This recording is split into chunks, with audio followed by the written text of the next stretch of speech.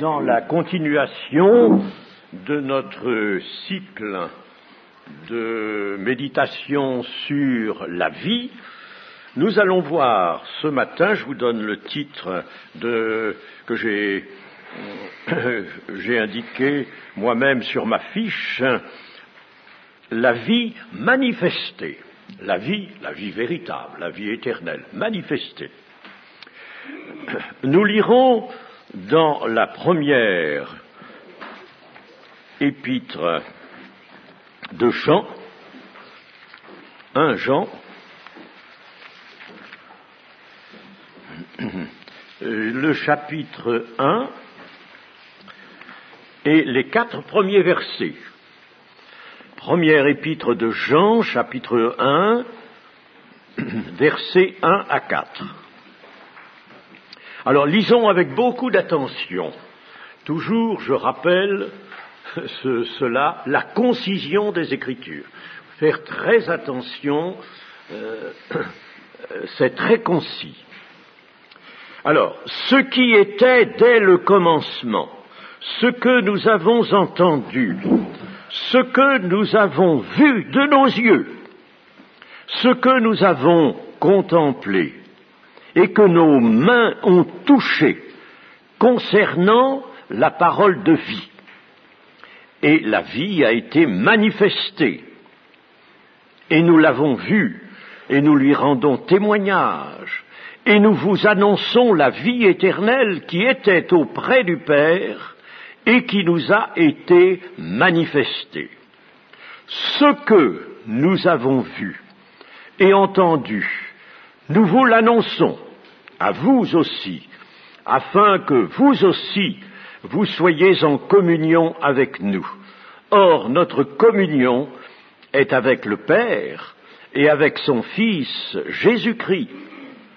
Et nous écrivons ces choses afin que notre joie soit parfaite. Voilà, c'est ce qui va fournir la base scripturaire de notre méditation ce matin. Posons-nous d'abord cette question, nous qui sommes engagés dans la vie chrétienne, oui, qui sommes entrés dans l'alliance nouvelle, que le Seigneur regarde comme ses enfants. La même épître dit « Enfants de Dieu, nous le sommes », parce que Dieu le veut, parce que Dieu en a décidé ainsi. Bon, alors, quelles sont les orientations de notre marche chrétienne? Nous avançons dans le temps, n'est-ce pas? Les jours passent, les semaines, les mois, les années. Et alors, quelles sont les orientations? Je les rappelle. Nos orientations comprennent d'abord la prière, bien sûr. La prière est à la base de tout.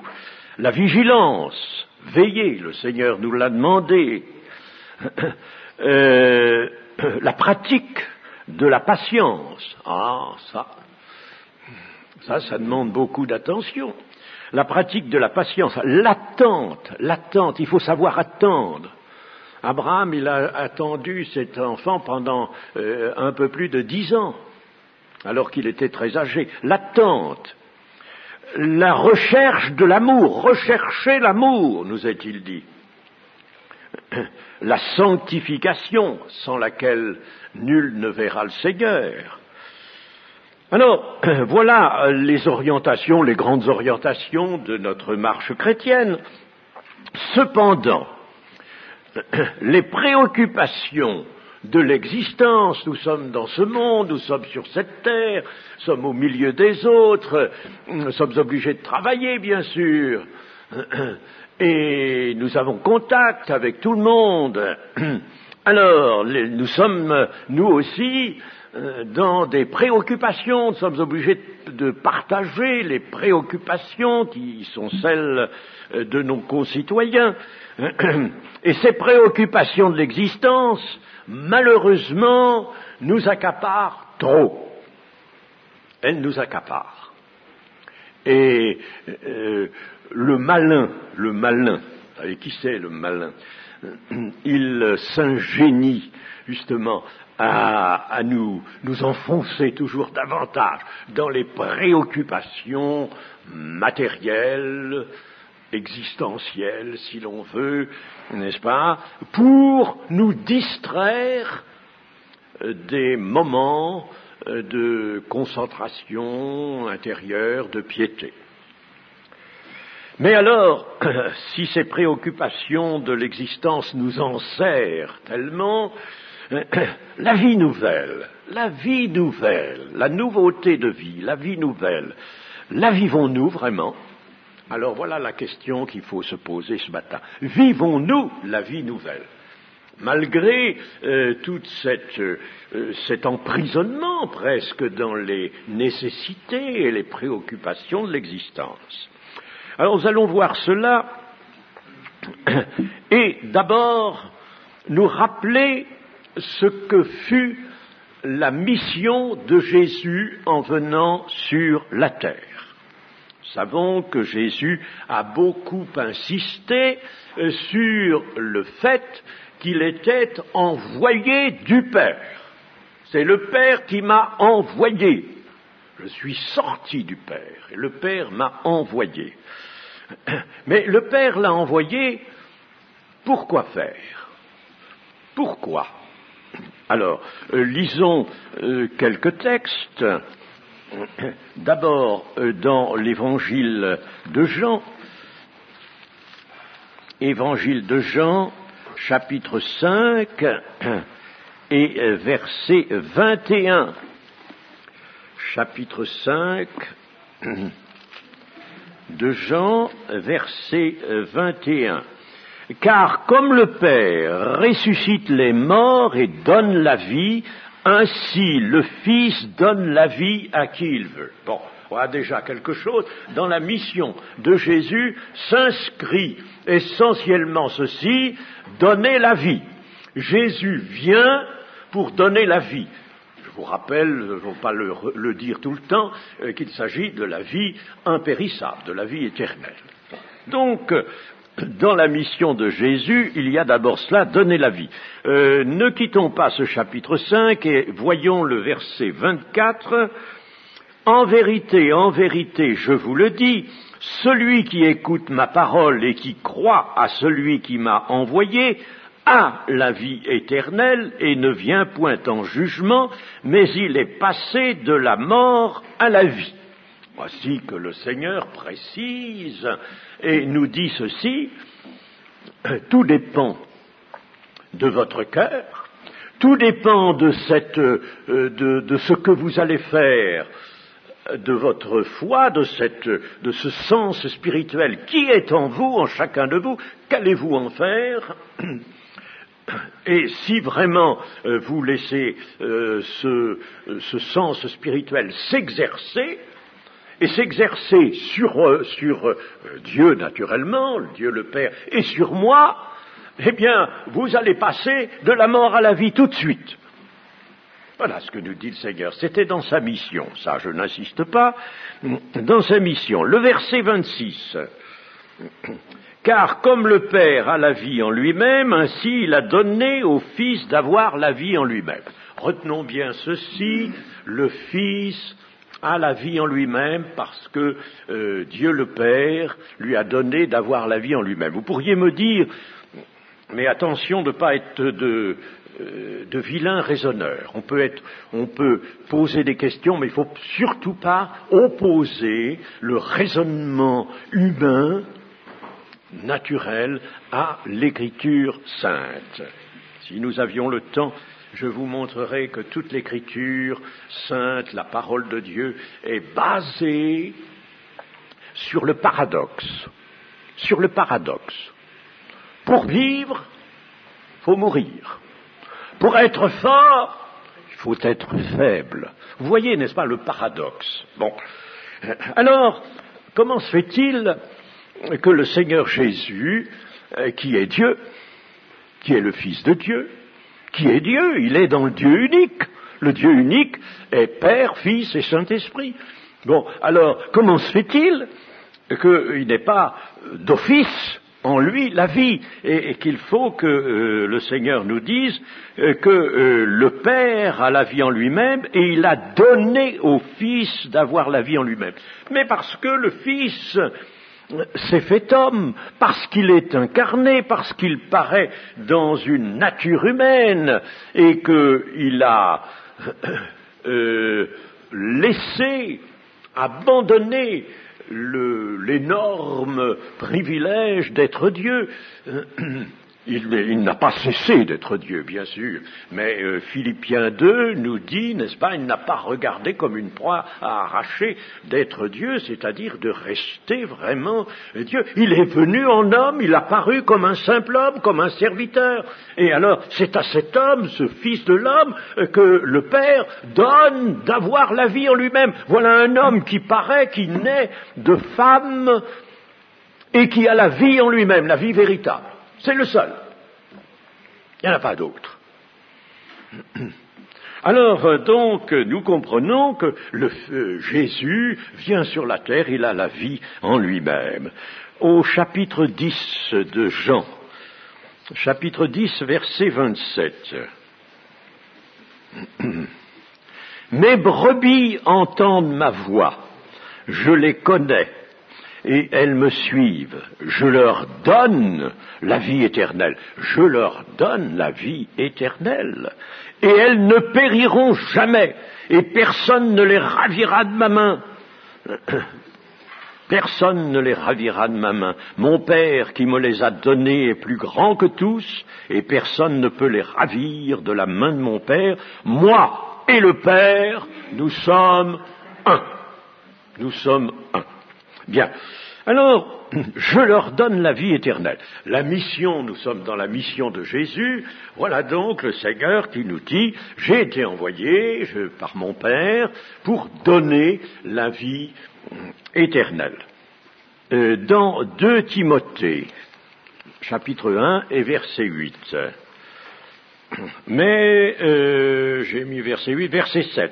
Car ce n'est pas un esprit, nous l'avons lu hier, ce n'est pas un esprit de timidité que Dieu nous a donné, mais un esprit de force, d'amour, de sagesse. N'aie donc point honte du témoignage à rendre à notre Seigneur, ni de moi son prisonnier, mais souffre avec moi pour l'Évangile par la puissance de Dieu, qui nous a sauvés et nous a adressé une sainte vocation, non à cause de nos œuvres, mais selon son propre dessein et selon la grâce qui nous a été donnée en Jésus-Christ avant les temps éternels et qui a été manifestée maintenant par l'apparition de notre Sauveur Jésus-Christ qui a détruit la mort.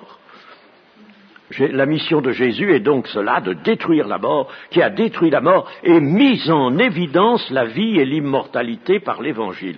Dans le grec, littéralement, nous avons médité cela hier, n'est-ce pas? Mais dans le grec, littéralement, nous aurions, dans cette fin de phrase, et a mis en évidence la vie et l'immortalité par l'Évangile, nous aurions ceci, Jésus-Christ qui a détruit la mort est venu pour faire briller la lumière de la vie et de l'immortalité.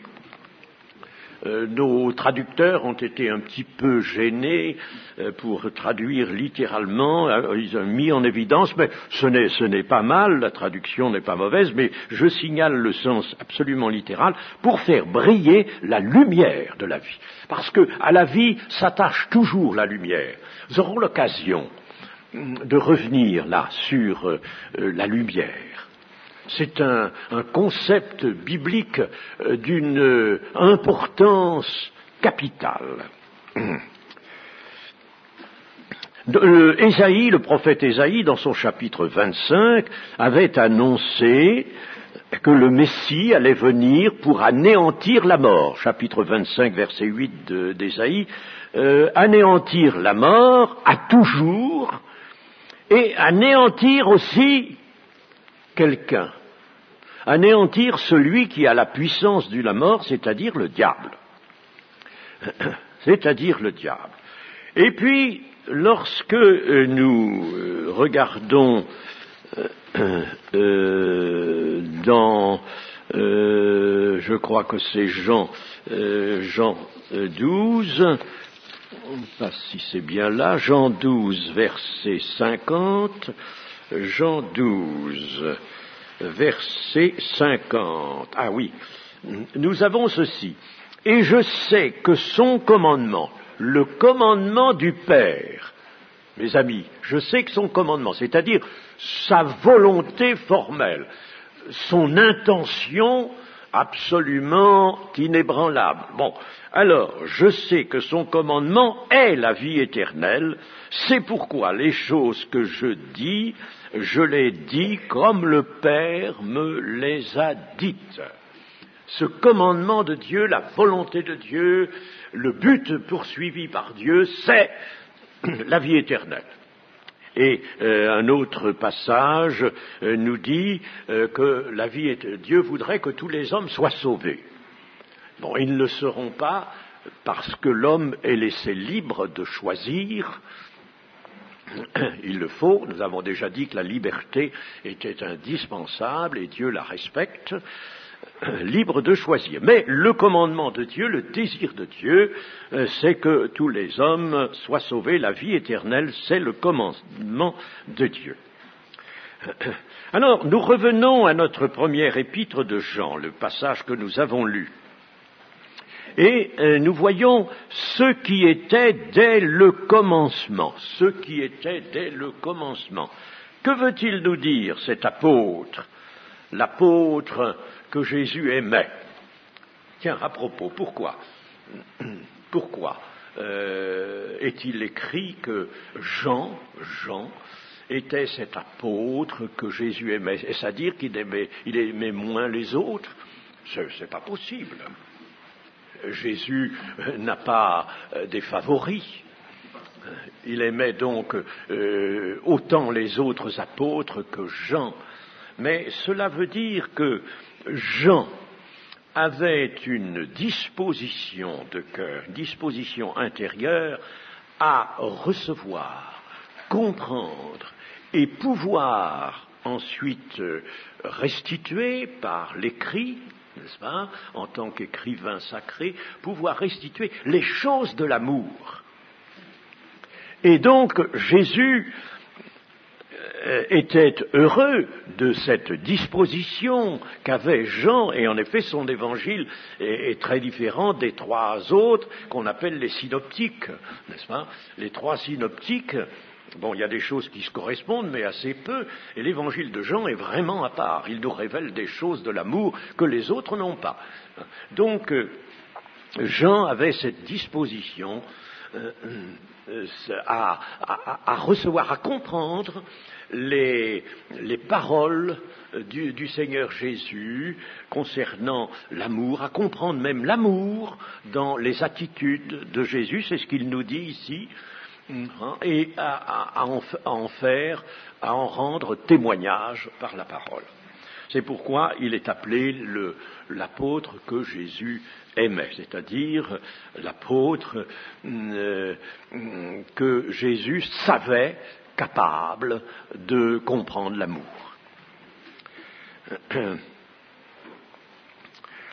Alors, dès le commencement, ce qui était dès le commencement, que veut-il dire notre apôtre Jean? Pour nous, le commencement qui compte, celui qui compte, qu'est-il? C'est notre rencontre avec Jésus-Christ. Nous savons très bien que tout ce qui s'est passé avant, nous le jugeons maintenant, nous le voyons. Beaucoup de chrétiens disent d'ailleurs « Oh, si j'avais pu croire plus tôt, n'est-ce pas, comme j'aurais aimé pouvoir croire plus jeune. » Non, il y a un temps qui intervient dans la vie de chacun. Bon, cela n'est pas la question, mais notre commencement, c'est le moment de notre rencontre avec Jésus-Christ. C'est le moment de son intervention dans notre existence. Parce qu'avant cette rencontre avec Jésus-Christ, avant cela, la vie nous manquait. La vie nous manquait. Par conséquent, le commencement, c'est bien le moment où nous sommes nés de nouveau. Nés de nouveau, n'est-ce pas? C'est ça qui compte. Alors, pour nous, le commencement, c'est ça. Mais Jésus-Christ est aussi, d'une façon générale, le commencement pour l'humanité. L'humanité vraiment se voit s'ouvrir devant elle le chemin qui conduit à l'éternité, à la venue de Jésus-Christ. C'est l'incarnation de Jésus-Christ, en somme, qui marque vraiment le grand commencement de l'humanité. Et la nouvelle humanité, l'humanité sauvée, aura pour commencement donc la venue de Jésus, l'incarnation de Jésus. Donc, pour nous, le commencement, c'est la rencontre avec Jésus-Christ, c'est la nouvelle naissance. Notre vie ne commence pas le jour de notre naissance de chair, n'est-ce pas? La naissance de chair, bon, il la fallait. Si nous n'étions pas nés de chair, nous n'aurions pas pris place sur la terre parmi l'humanité, et puis la grâce ne nous aurait pas trouvés. Nous n'aurions pas été là pour recevoir la grâce. Il fallait donc que nous naissions de père et de mère, n'est-ce pas? Bon, d'accord. Mais notre vie, en réalité, ne commence pas à la naissance de chair, elle a commencé quand nous sommes passés des ténèbres à la lumière, l'admirable lumière du Seigneur. Et maintenant, en effet, le Seigneur Jésus-Christ est la condition de notre vie. Le Seigneur Jésus est, lui, le Seigneur Jésus en personne, est la condition de notre vie. Dans Philippiens 1, verset 21, Paul dit « Ma vie, c'est le Christ. Ma vie, c'est le Christ. » Philippiens 1, 21. Et il faut que je sois, maintenant que je suis né de nouveau, que Christ est la condition de ma vie, je dois être aussi un esclave de Dieu. Ah wow, ça nous taquine, ça, et ça taquine pas mal de gens. Hein. Un esclave de Dieu, c'est-à-dire un esclave de Christ. Je n'invente rien. Notez que je ne suis pas du tout de ceux qu'on appelle des légalistes. Je suis même contre le légalisme. Je m'en expliquerai plus tard. Je suis pour la grâce. Nous ne sommes plus sous la loi, mais sous la grâce. Attention, qu'on ne se méprenne pas. Mais je ne dis pas qu'il ne faille plus obéir.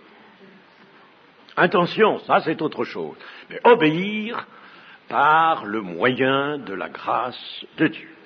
Voilà. Alors, nous disons que nous devons être esclaves de Dieu. Alors, je vais lire dans Romains, chapitre 6. Je m'exprime comme le fait l'Écriture, je ne change rien.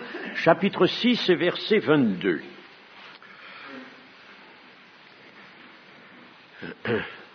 Mais maintenant, étant affranchis du péché et devenus esclaves de Dieu, vous avez pour fruit la sainteté et pour fin la vie éternelle. Voilà, maintenant, vous êtes des esclaves de Dieu parce que vous êtes affranchis du péché.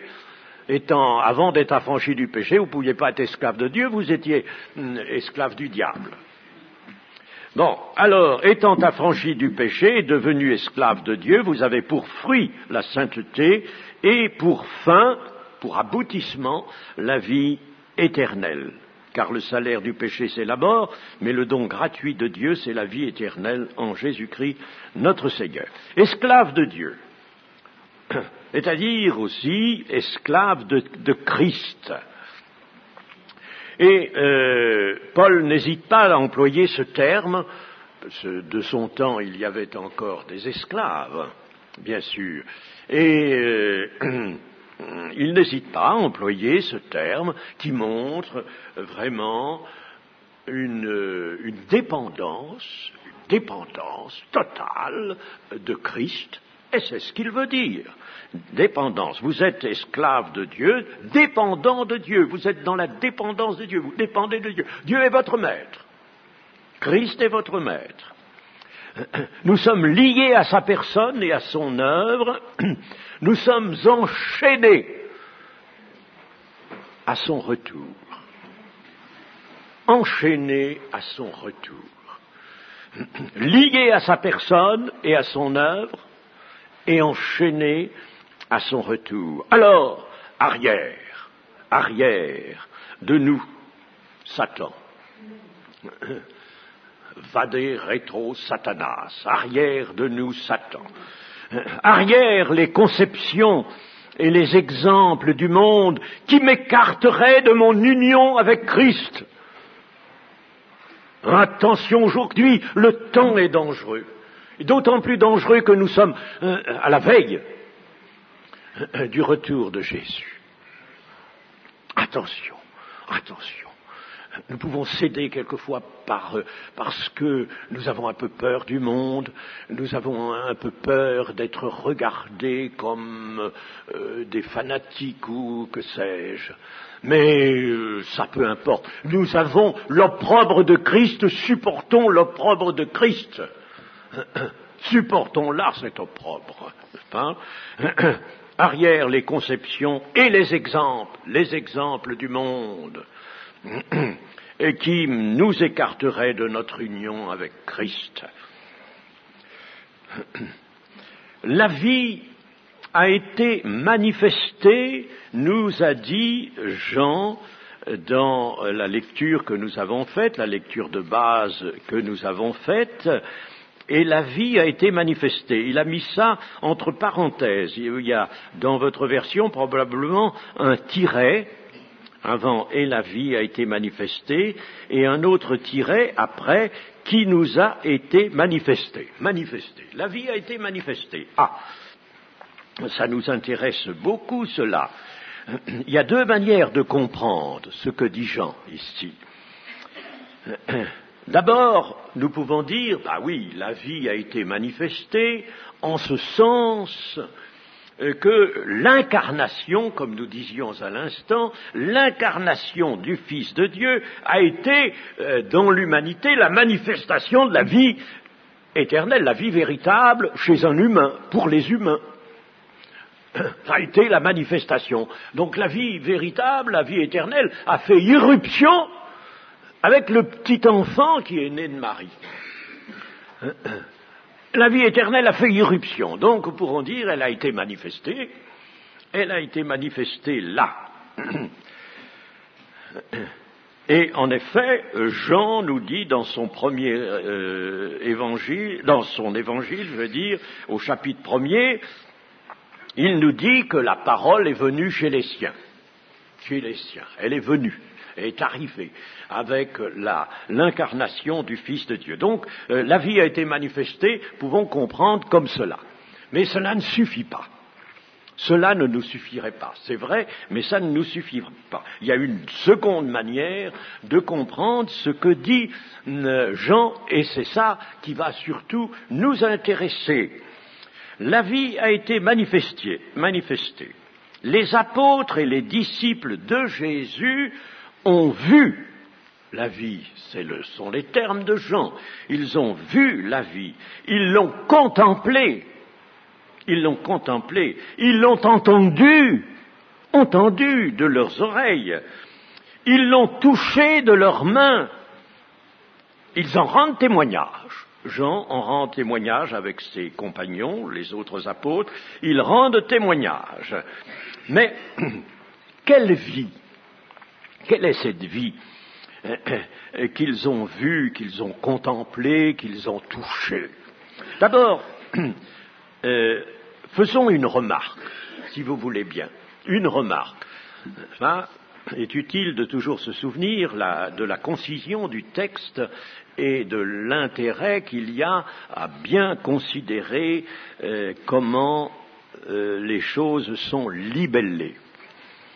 ce n'est pas que nous restions sur le sens attaché à un sens exclusivement littéral. Attention, le littéralisme, c'est quelquefois un piège aussi. Mais attention, pour comprendre la valeur, le fond d'une déclaration, il faut d'abord la prendre dans le texte littéral. Il faut d'abord la voir littéralement. Il faut comprendre littéralement ce que dit une phrase. Parce que si on n'a pas le sens littéral de la phrase, on part d'un mauvais pied. On part sur une mauvaise base. Donc, nous voyons là, dans la rédaction de Jean, ce que nous avons entendu, ce que nous avons vu de nos yeux, ce que nous avons contemplé et que nos mains ont touché, concernant la parole de vie. Ce que. Et nous nous disons, mais voyons, il parle du Seigneur Jésus. Il parle du Seigneur Jésus, puisqu'il dit après, et la vie a été manifestée, nous l'avons vu, nous lui rendons témoignage, la vie était auprès du Père, or notre communion avec le Père et avec son Fils Jésus-Christ, il est bien question de Jésus-Christ, ce qu'il a vu, ce qu'il a touché, ce qu'il a contemplé, c'est la personne de Jésus. Pourquoi il emploie un pronom, ce que? C'est comme si je parlais d'un frère et d'une sœur et qu'au lieu de dire elle ou lui, je disais ce que. Ah, on dirait, mais comment il s'exprime? Il voit les gens comme des choses. Alors, donc, il y a quelque chose à comprendre là. Pourquoi Jean emploie-t-il un pronom neutre? Neutre, ce qui était, ce que nous avons entendu. Eh bien, il désigne Jésus-Christ, en effet, c'est bien Jésus-Christ qu'il désigne. Mais voilà, il sait bien d'ailleurs dans d'autres textes, il sait bien, très bien, Jean employer le masculin, non pas le neutre, mais le masculin.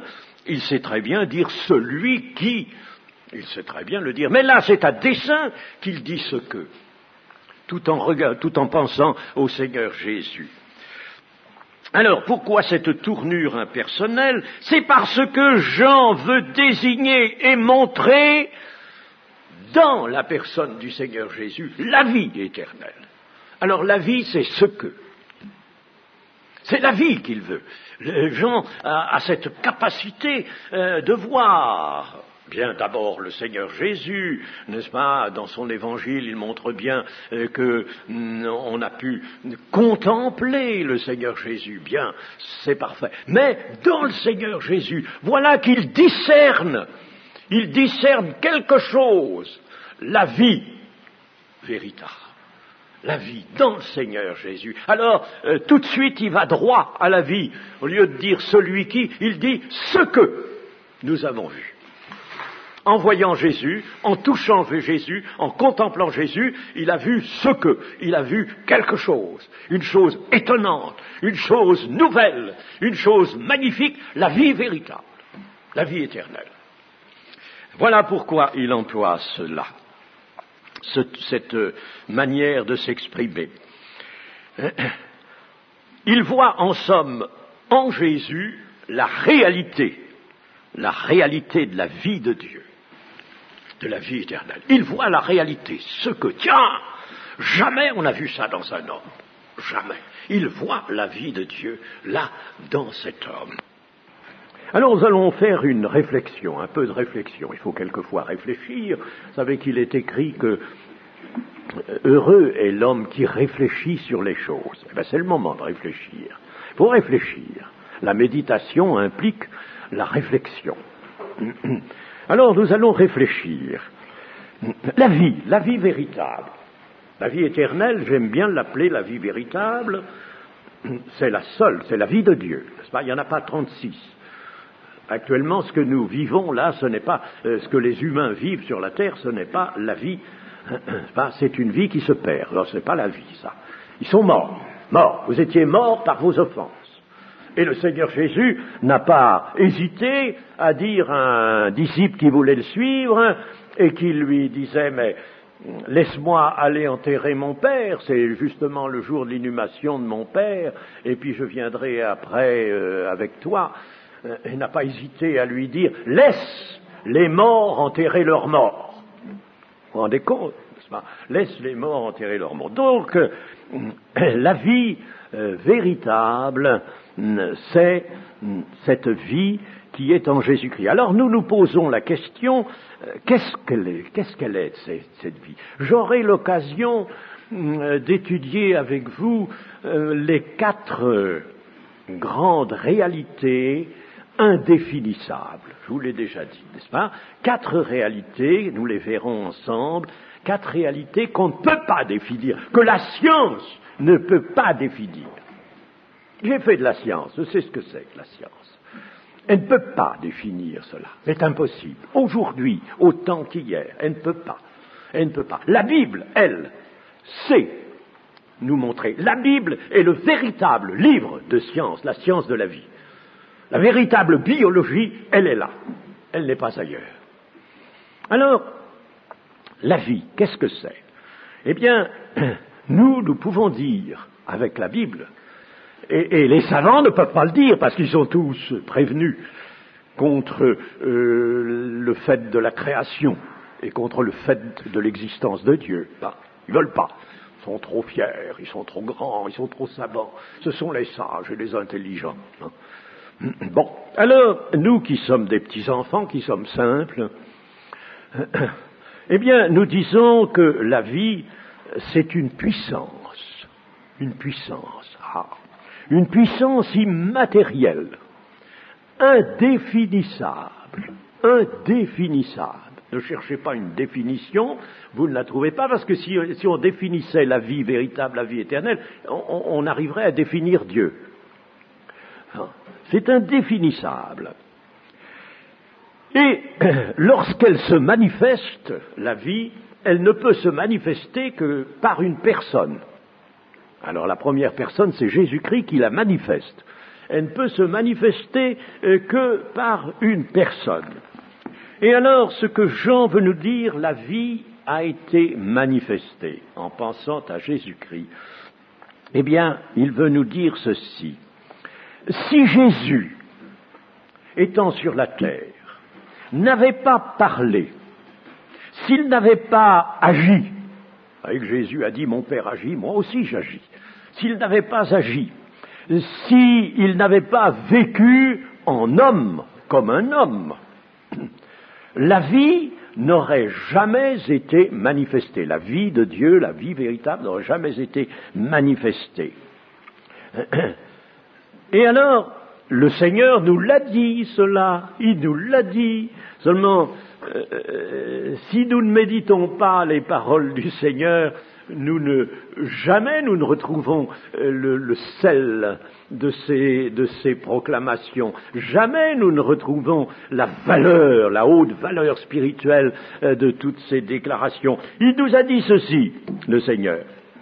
Le Père qui demeure en moi, c'est lui qui fait les œuvres, dans Jean 14, 10. Le Père qui demeure en moi, c'est lui qui fait les œuvres. Que voulait-il dire?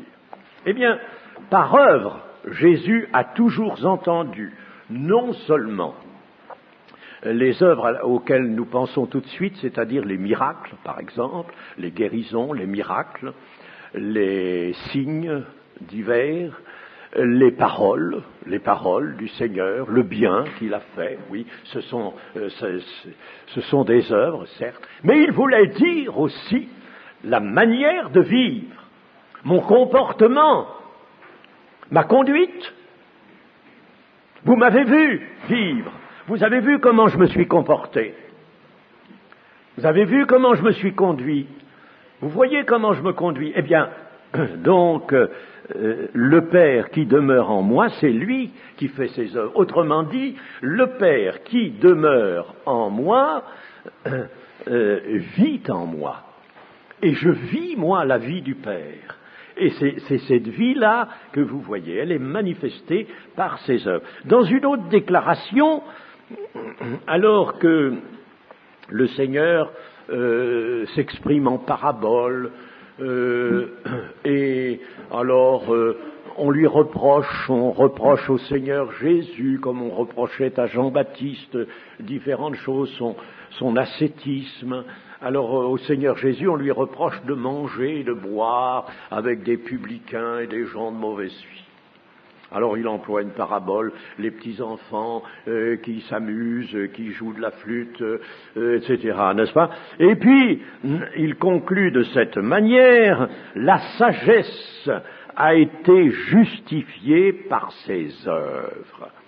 La sagesse, la pleine sagesse, c'est, on peut dire, l'équivalent de la vie. Parce que là où est la vie et la sagesse, là où est la sagesse est la vie.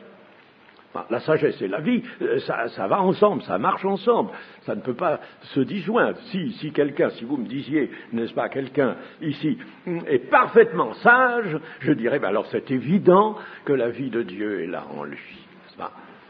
Ça nous incite, ça, n'est-ce pas, à la sagesse. Hein?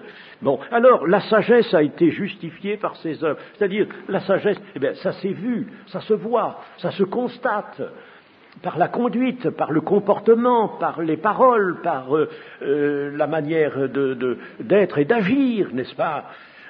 La sagesse a été justifiée par ses œuvres. Donc, le Seigneur Jésus lui-même nous disait ainsi, eh bien, regardez-moi, voyez-moi, regardez-moi vivre, agir, parler, et vous verrez alors la vie de Dieu se manifester, car Satan n'a rien en lui, bien entendu. Satan n'est pas là pour fausser le jeu de la vie véritable, le témoignage de la vie véritable. Donc Jésus a vécu dans notre cadre terrestre, et il a vécu quoi? La vie même de Dieu. Et c'est à quoi il nous a destinés. Il a vécu la vie même de Dieu. Il a manifesté la vie véritable. C'est ce que Jean et ses compagnons ont pu voir, ont pu contempler.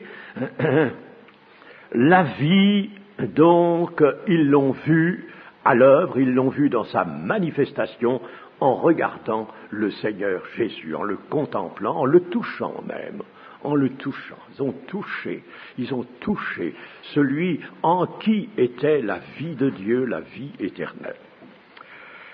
Alors, je reviens à ma question, qu'est-ce que la vie, puisqu'elle est indéfinissable? Vous savez, nous avons un homme comme Jean Rostand, il a écrit pas mal de choses, Jean Rostand, biologiste, académicien. Et dans un de ses ouvrages, Jean Rostand s'ingénie à rapporter tout ce que les hommes de science de son époque, qui n'est pas tellement ancienne, tout ce que les hommes de science ont pu imaginer pour tenter de définir la vie, et ils n'y sont jamais arrivés. Et il y en a un qui a dit, un grand savant, qui a dit ceci, notamment, la vie, c'est tout ce qui s'oppose à la mort. Merci, monsieur. Merci beaucoup, n'est-ce pas, de cette science, n'est-ce pas, nous nous inclinons devant la haute science. La vie, c'est tout ce qui s'oppose à la mort. On pourrait dire le contraire, la mort, c'est tout ce qui s'oppose à la vie. Ah, bon, avec ça, on est bien renseigné, n'est-ce pas, et ces gens-là prétendent être plus savants que la Bible, plus savants que Dieu. Donc, la vie est une puissance immatérielle. J'ai bien, pour ma part, étudié la question aussi sur le plan scientifique, parce que ça m'intéressait, fut un temps, ça m'intéressait beaucoup, et notamment les ouvrages. Il a écrit des livres aussi, mais c'est pas à lui que je pense, c'est au professeur Maurice Vernet, qui était un grand médecin, professeur surtout de neurologie et d'anatomie, et alors c'était un homme qui avait, lui, le sens de Dieu. Pour lui, l'existence de Dieu. Il ne nous donne pas de leçons d'ordre religieux concernant la foi, mais lui, n'est-ce pas, il sait qu'il y a un Dieu.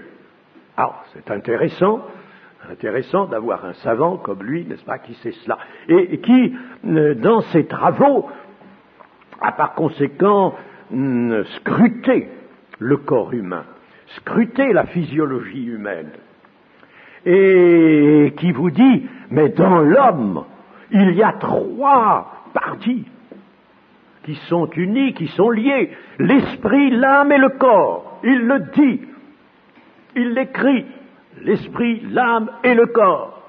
Et il dit, l'âme est nécessairement immatérielle. Et alors, il en donne des preuves, et il dit, voyons, qu'est-ce qui règle le fonctionnement d'un corps humain? Nous savons que quand le corps humain se met à se dérégler, eh bien, ça va pas tout seul. Nous gémissons, et puis nous allons voir un médecin qui cherche la cause de ça. Il y a un dérèglement, quelque chose qui ne va pas bien. Mais qu'est-ce qui fait, disait Maurice Vernet, que les processus, parce que le corps humain, n'est-ce pas, c'est un champ très vaste dans lequel se déroulent toutes sortes de processus physico-chimiques. Des processus physico-chimiques. Merveilleux, subtils. C'est merveilleux. Vraiment, je peux dire que ces savants sont terribles, les savants athées. De ne pas avoir vu, ils ont vraiment les yeux bouchés. Ne pas avoir vu ces choses comme les a vues ce médecin Maurice Vernet. Alors, il y a des processus physico-chimiques d'une grande subtilité, d'une grande finesse. Et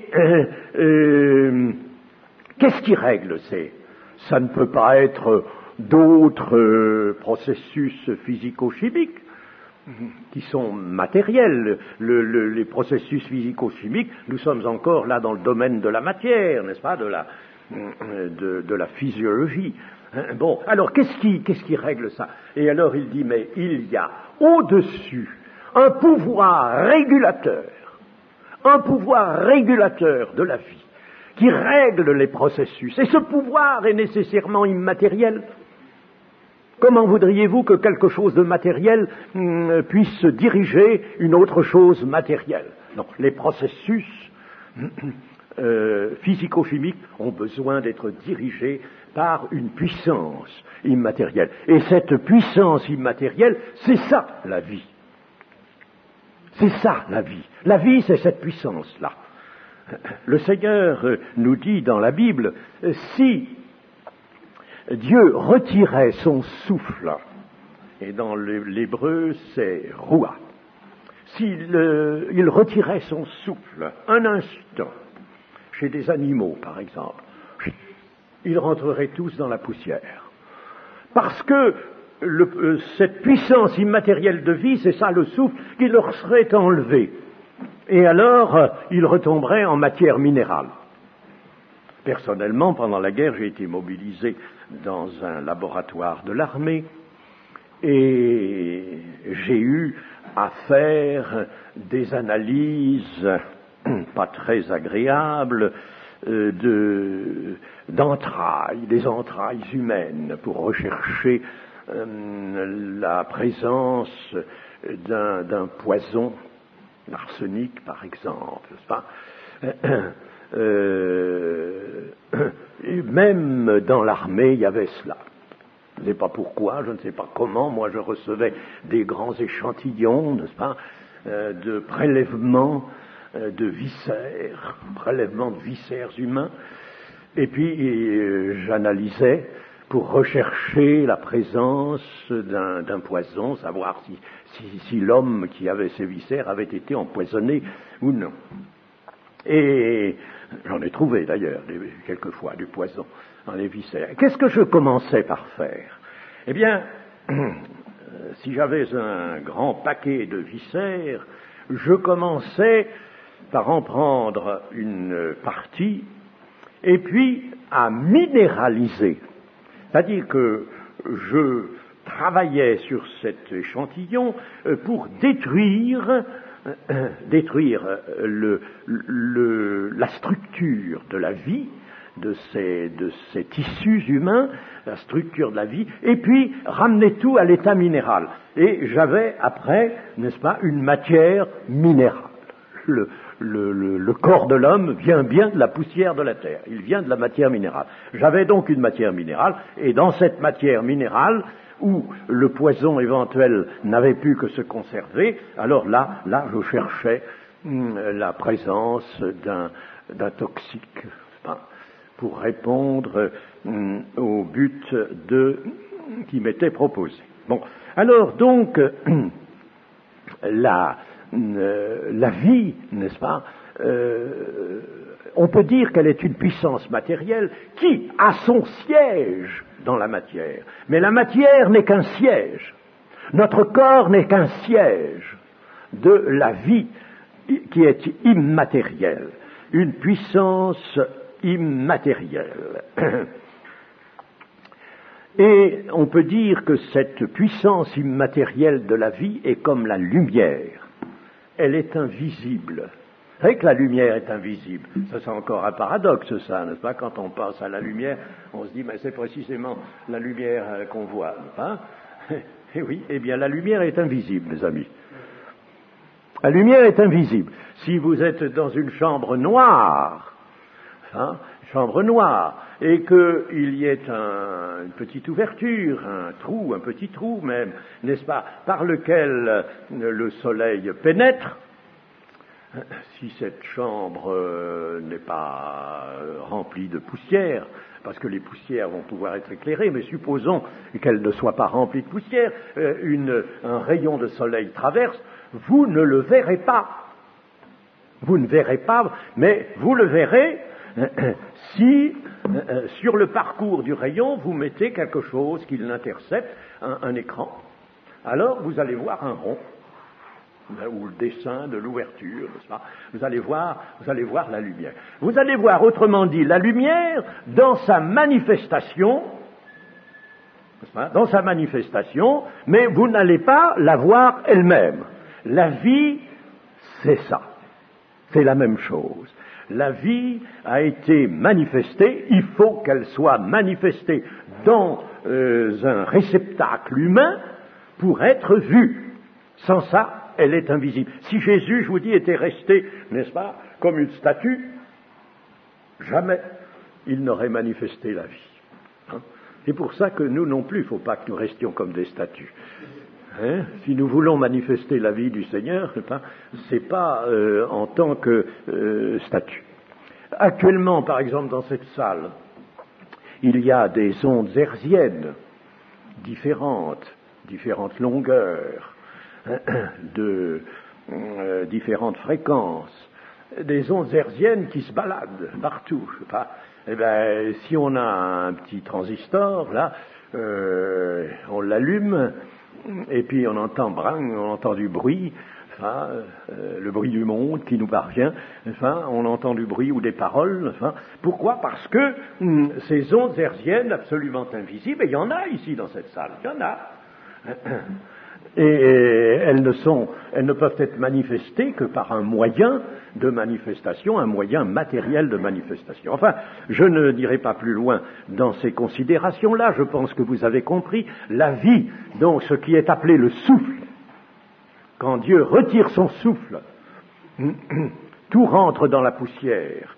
Il retire la puissance matérielle de la vie, il la retire à lui, il en est la source, et tout rentre dans la poussière.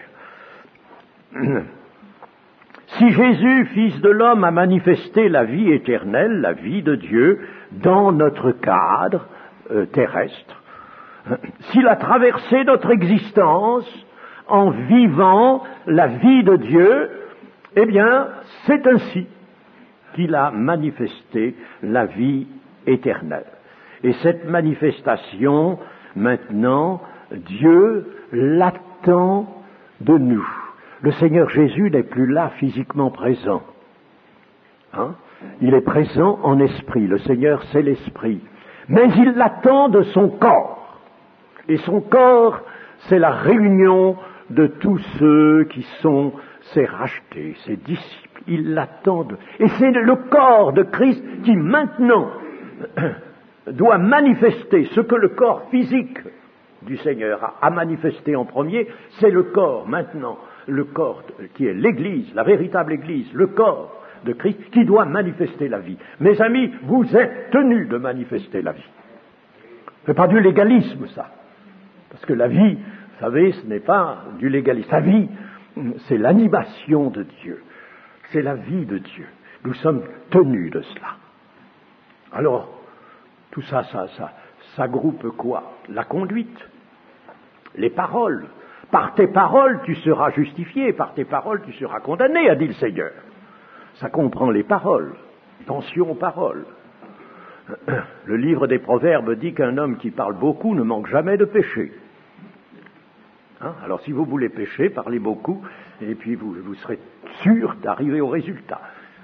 Alors donc, la vie a été manifestée, elle l'est maintenant par le Christ en tant que corps, l'Église, corps de Christ. Et c'est à nous que revient maintenant cette... Alors, voyez, tout de même, n'est-ce pas, que nous sommes loin des conceptions trop fréquentes, des pensées habituelles de beaucoup de chrétiens dans les habitudes qu'ils ont contractées dans leur Église, des habitudes de pensée autant que des habitudes d'action ou de présence. Nous sommes loin de ça. Voyez-vous, je voudrais combien que tous mes frères et mes sœurs soient conscients de cela. Ils ont à manifester la vie de Dieu, comme je vis par le Père, vous aussi qui m'avez mangé, qui avez mangé ma chair et bu mon sang, vous aussi vous vivrez par moi. Vous vivrez par moi, la vie manifestée. Alors il faut faire attention, nous retombons dans l'ornière de la religion. La religion qui ne signifie rien du tout. Ce n'est pas ça que Dieu attend. Il attend que nous soyons des vivants. Dieu est vivant, nous est-il dit tout le temps. Dieu est vivant. Et il faudrait dire, le corps de Christ est vivant. Lui aussi. L'homme peut être exposé à des luttes, à des épreuves, à des misères. Mais la puissance de la vie éternelle doit se manifester en lui et par lui dans son comportement. Dans son comportement. Si je vois un frère, une sœur, il ne faut pas que je sois choqué par lui ou par elle. Il ne faut pas que... Si je suis choqué, je ne vais pas la juger ou le juger. Je ne vais pas m'appesantir sur elle. Ça va m'attrister. Si je vois un frère, une sœur commettre un péché ou tout au moins adopter un comportement incompatible avec un point quelconque de l'Évangile, je ne vais pas le juger, je ne vais pas la juger, je vais dire Seigneur, à ce cher frère ou cette sœur, montre-lui, Seigneur, montre-lui. S'il le faut, si je le peux, je le lui dirai, n'est-ce pas? Bon, mais vous voyez, je dis cela parce que il ne faut pas que l'un de nous, quel qu'il soit une pierre d'achoppement. Ah, voilà. Soit une pierre d'achoppement pour les autres. Nécessairement, on se voit. On ne peut pas manquer de s'observer. Et tout, nous sommes sensibles à tout. Ça ne veut pas dire que nous-mêmes, nous ne sommes pas quelquefois fautifs, mais nous sommes sensibles quand même à tout. Alors, il faudrait que nous soyons non pas choqués, mais édifiés. Alors, si au contraire je vois un frère et une sœur qui vivent l'Évangile, alors c'est une joie. C'est une joie. J'ai devant moi la manifestation de la vie de Dieu.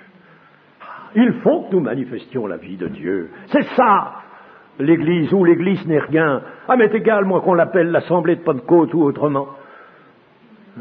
Là où on manifeste la vie véritable, la vie de Dieu, la vie de Jésus-Christ, ce n'est plus moi qui vis, c'est Christ qui vit en moi, dit Paul.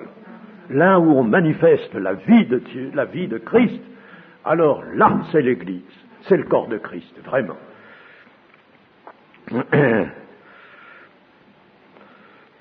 Alors, nous disions que, évidemment, l'homme peut être en butte à des épreuves, à des misères, mais la puissance de la vie éternelle doit se manifester en lui et par lui dans son comportement. Plus la mort de Christ le détache.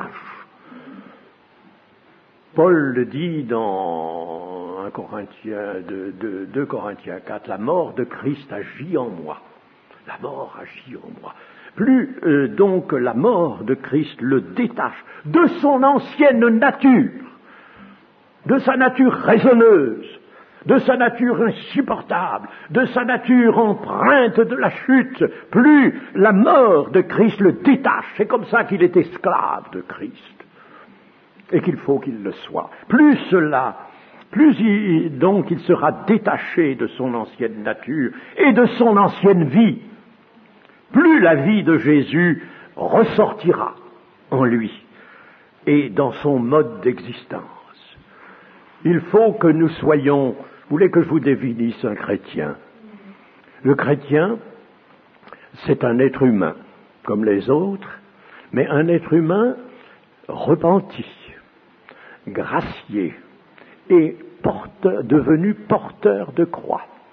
C'est un porteur de croix. Un porteur de croix. Il porte sa croix. Si vous voulez me suivre, si quelqu'un veut me suivre, qu'il renonce à lui-même, qu'il se charge de sa croix chaque jour et qu'il me suive. Voilà ce que le Seigneur nous demande.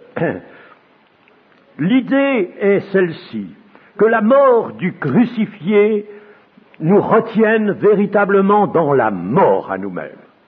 Que la mort du crucifié nous retienne dans la mort à nous-mêmes, pour que notre vie ne soit plus notre vie passée, notre vie propre, mais celle du Christ. Ce n'est plus moi qui vis, c'est Christ qui vit en moi. Ainsi, Christ doit être notre exemple, notre modèle. Jean nous dit qu'il a manifesté la vie. Chose extraordinaire. Et maintenant que Christ est monté, est assis à la droite de Dieu, maintenant sur la terre, son Église, qui est son corps. Et vous savez que dans 1 Corinthiens 12, l'Église est appelée du nom de Christ. 1 Corinthiens 12. Lisez bien ce verset et vous verrez que l'Église, il s'agit de l'Église, elle est appelée Christ. Ainsi en est-il de Christ, dit l'apôtre Paul. L'apôtre Paul avait une manière, des visions, des révélations magnifiques. Christ doit être notre exemple, notre modèle. Marcher à son exemple, c'est, comme il l'a fait lui-même, manifester la vie éternelle, la vie nouvelle, la vie de résurrection. Et alors, terminons sur cette pensée, si vraiment il en est ainsi. Et si nous manifestons la vie nouvelle, la vie de Dieu, la vie de résurrection, eh bien, quel témoignage n'en résultera-t-il pas? Quel témoignage! Un témoignage extraordinaire. Alors après, nous n'aurons plus besoin de dire « comme c'est dur d'attirer les âmes ». Bien sûr, vous aurez des âmes, des gens qui vont toujours vous envoyer promener, contester, etc. Mais, si nous vivons la vie vraiment devant eux, l'Évangile, si nous sommes à l'exemple du Maître, et si vraiment la vie de Jésus coule en nous, la vie nouvelle, ces gens-là seront gênés. Et l'apôtre Paul le dit, mais nous renverserons des forteresses. Les forteresses, nous les renverserons.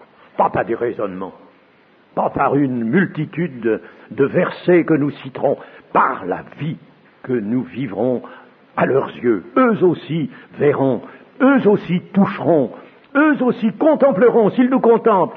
C'est pas nous qu'ils contempleront, c'est Christ en nous. Ils verront cela et ils seront obligés, Jésus l'a dit, vous êtes la lumière du monde, et ils seront obligés, en voyant les œuvres, les bonnes œuvres, en voyant la manière de vivre, ces gens-là seront obligés de rendre grâce à Dieu. Moi, je me rappelle un homme qui était irréductible comme tout, et puis qui avait assez longtemps considéré, parce qu'attention, les gens du monde vous observent, hein, ils vous regardent de tous les côtés pour épier justement tout ce qui est en échec à la vie nouvelle. Et je me rappelle cet homme qui avait donc regardé comme ça, et qui avait toujours, n'avait que plaisanterie et que contestation à la bouche, c'était un beau parleur. Et puis, un jour, il était là, penseur, pensif, et une larme dans l'œil. Et il disait, j'ai constaté quelque chose que je ne connaissais pas, que personne ne connaît.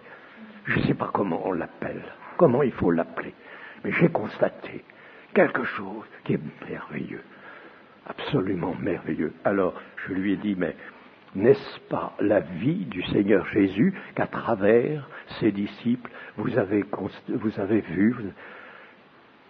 Ah, il me dit, c'est certainement ça. Ça ne peut pas être autre chose que ça, n'est-ce pas? Et voilà comment cet homme, la forteresse de cet homme a été détruite, abolie, et comment cet homme est devenu un adorateur du Dieu vivant. Chers amis, le témoignage est là. La vie a été manifestée. Amen. Continuons dans la prière, s'il vous plaît.